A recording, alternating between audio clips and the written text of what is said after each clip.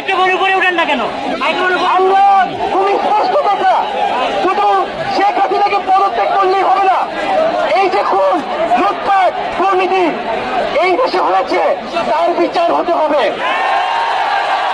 আমরা পদত্যাগ দিয়ে তাকে কোনো এক্সিট দিতে চাই না, তাকে পদত্যাগ করতে হবে, বিচারের আওতায় আনতে হবে। এবং শুধু শুধু শেখ হাসিনা নয়, পুরো মন্ত্রী পরিষদ, সরকার সবাইকে পদত্যাগ করতে হবে।